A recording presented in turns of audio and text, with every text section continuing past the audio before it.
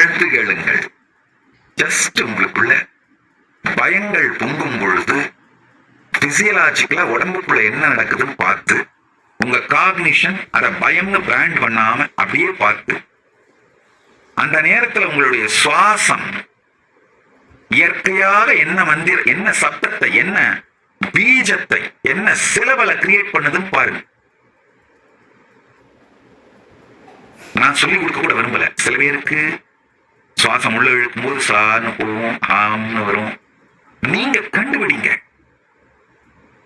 அதுதான் அஜபாஜபம். இந்த அஜபாஜபத்துல மட்டும் இருங்கய்யா. எந்த பயமும் உங்களுக்குள்ள ஒண்ணும் பண்ண முடியாது. பயம்ன்ற காகினேஷனே இருக்காதுங்கய்யா. அப்ப என்ன ஆகுதுன்னா, ரியாலிட்டிக்கு என்ன, இப்ப பாம்பு வந்தா என்ன கரெக்டாக ஒதுங்குவீங்க. ஆனா வாழ்க்கை முழுக்க பாம்பையே நினைச்சு நடுங்கிட்டு இருக்க மாட்டீங்க. நிஜத்திலே எதை செய்ய வேண்டும்